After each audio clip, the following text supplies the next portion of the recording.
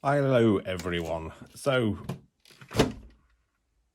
Tamiya CC-02. This has been left behind a little bit, so today we're basically going to be fitting the rear toe plate. So it's now arrived.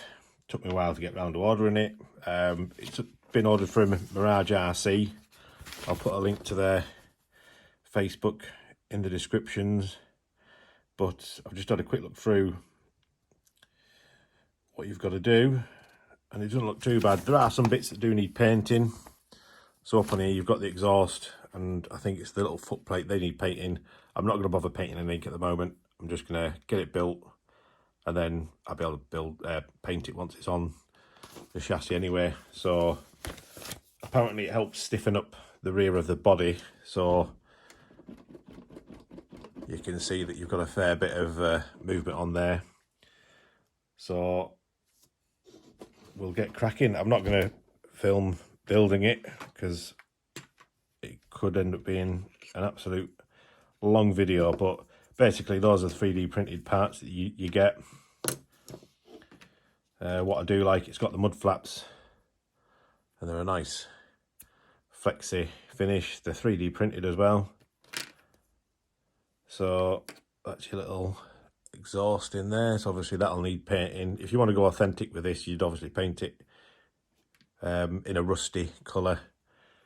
And that's the little foot plate. So again, these are the parts that need painting up, but we'll do that when it's on the car.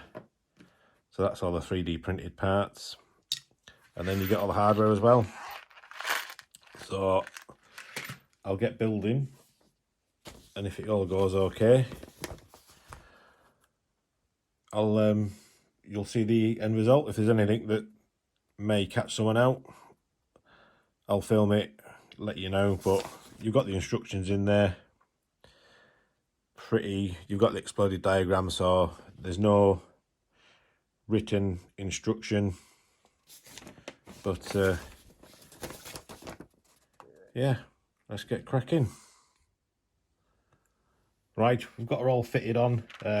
Foot plate exhaust are not fitted yet.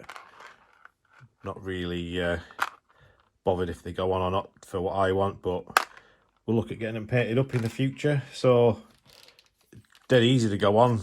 You remove the whole plate that sits in the back, that comes out. You slide in the new plate that's printed, and then that's fastened on. 2 bolts either side. This has got the brass captive bits on the inside, so that gives you a nice good secure feel. Bolted through, nuts on the end there, and then it just screws through, fastens on with those 3 points. But that's nice and rigid. There's a little blanking plate that just goes in this section here, just clips in behind you. You would glue it in if you wanted a more permanent fixing, but I've just clipped it in. Mud flaps are great, I love them. I may look at getting these painted. I'm not too sure. We'll have to see how we go. But yeah, the only thing I would say is when you're fitting them, if you fit these arms, make sure you get these nuts in first. Just press them in, make sure they're pressed down fully, and the same for the one just in the bottom in there. But that's where we're up to at the moment. So obviously we now need to fit the tow bar, and this is what I got. So I got this from Modelsport. Don't know how well it's showing up on the camera, but that's your part number up on there, 2320127. So I'll open this, get this fitted, and then I'll jump back, and that's it all on. So what I would say after fitting this, fit this before you do fit this whole plate on, just because you got a nut and bolt through at the back. So with the one that I got, the bolts that are supplied are dead small, dead thin. They're not long enough to go through. Ideally, you would just replace these with some longer ones if you can get hold of them. Me being me, a little bit impatient, I just drilled it out to accept some M3. So they're a little bit too big really, but it drilled out, and then just drilled out the holes in the plastic. I put it in the middle. Obviously you can go up and down one. I've just put it in the middle because I don't know where it's going to need to be until I actually get hold of the trailer. So that's going to be the next thing, is finding the trailer. So that's the part that you don't use. So with this, that would sort of bolt on, and then that would go through somewhere in the chassis, and then you'd bolt through. Obviously different ways of fitting it, but the way this is on, that is nice and secure. It's relatively stiff.